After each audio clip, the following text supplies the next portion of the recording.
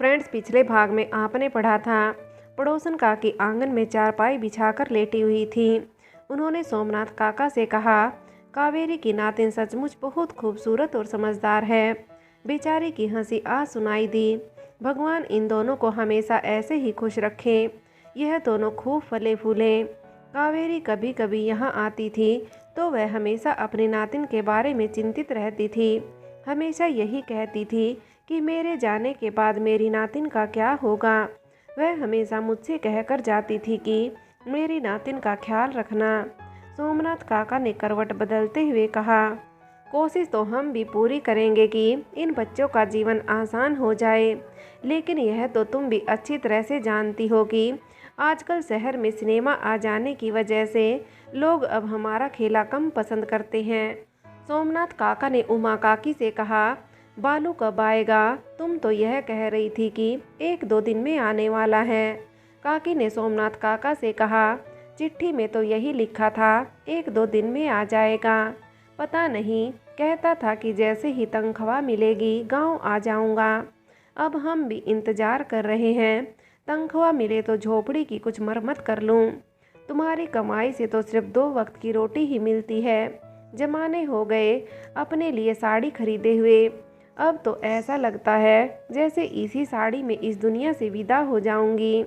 सोमनाथ काका ने उमा काकी से कहा, ऐसे क्यों कहती हो उमा? भगवान की दया से अब तुम्हारा बेटा कमाने लगा है। तुम देखना, जल्द ही बालू अच्छी कमाई करेगा और तुम्हारे लिए रेशम की साड़ी लेकर आएगा। तुम दुखी मत हो। उमा काकी ने एक लंबी सांस खींचते हुए कहा, पता नहीं वह दिन कब आएगा। हवेली का दृश्य जिस दिन बहुरानी ने बेटियों को जन्म दिया था, उस दिन की अगली सुबह का दृश्य। सुबह सुबह बिंदिया की आंख माताजी की आवाज़ से खुली। वह बुरी तरह से काँप रही थी। उसने अपनी बच्ची को अपने दोनों हाथों से अपने सीने से लिपटा लिया था। माताजी की कड़क आवाज़ आंगन में गूंज रही थी। अग्रज प्रताप अपनी माँ को समझा रहे थे और इधर उनकी माँ भड़कते हुए अग्रज प्रताप से कह रही थी, शहर जाकर 4 काले अक्षर क्या पढ़कर आ गए?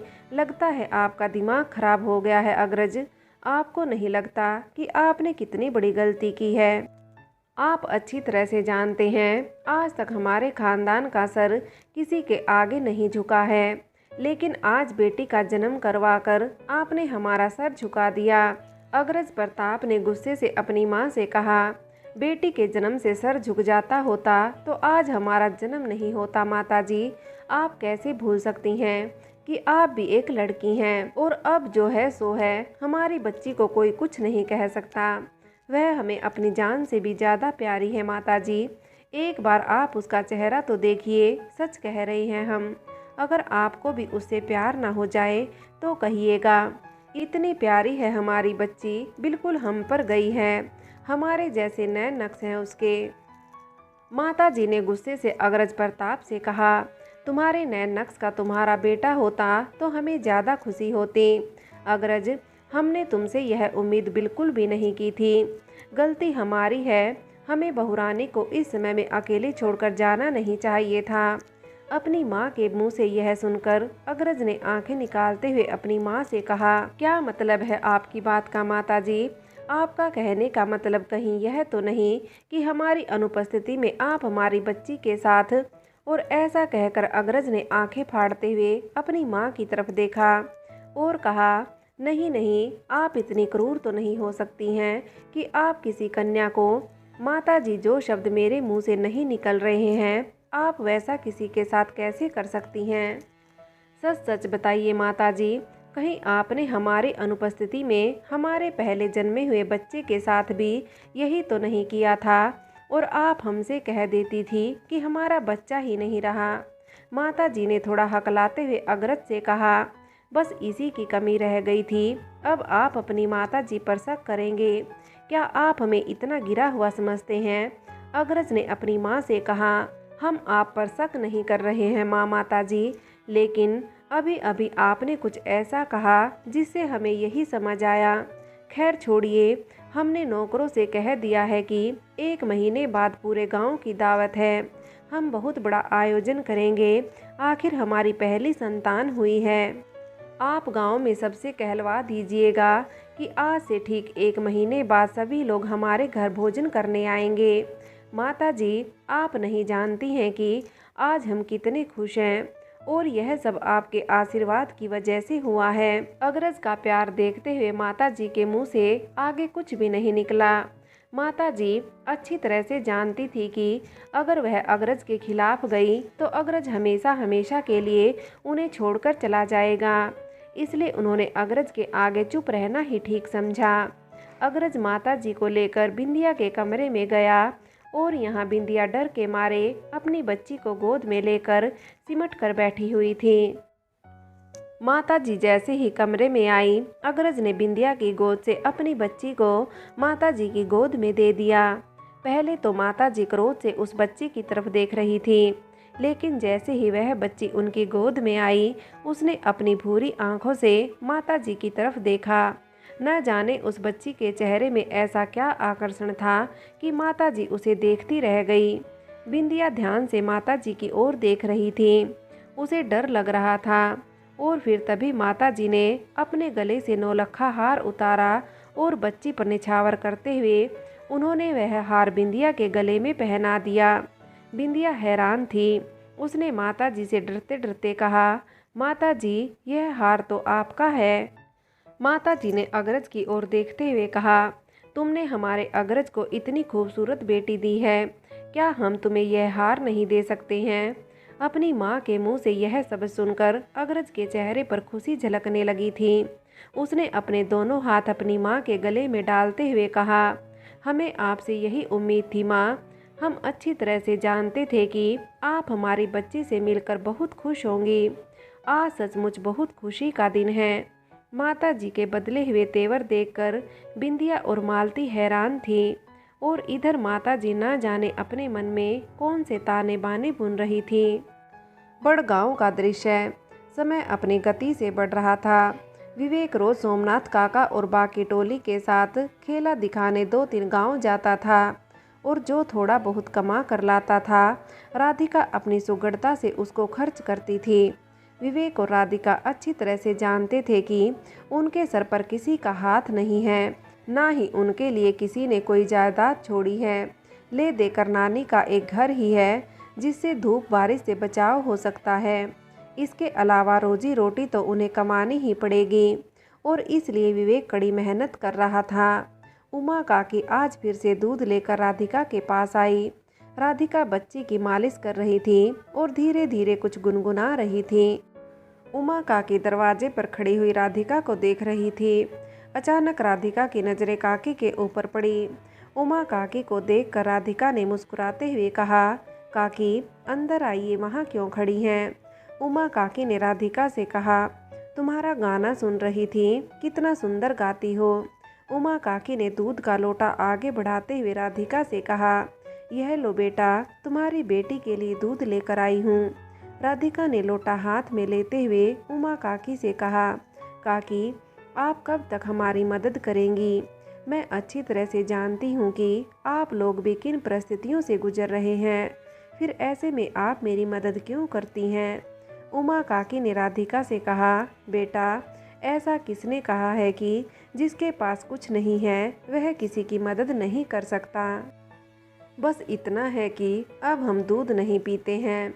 यह दूध हम बचाकर तुम्हारी बेटी के लिए रख देते हैं, क्योंकि हमें पता है इस नन्ही सी बच्ची को इस दूध की ज़्यादा ज़रूरत। बेटा हम मंदिर में जाकर अमीरों की तरह दान दक्षिणा तो नहीं कर सकते हैं। जो कुछ ईश्वर ने दिया है उसी में से निकाल कर उस ईश्वर का शुक्रिया अदा कर देते हैं।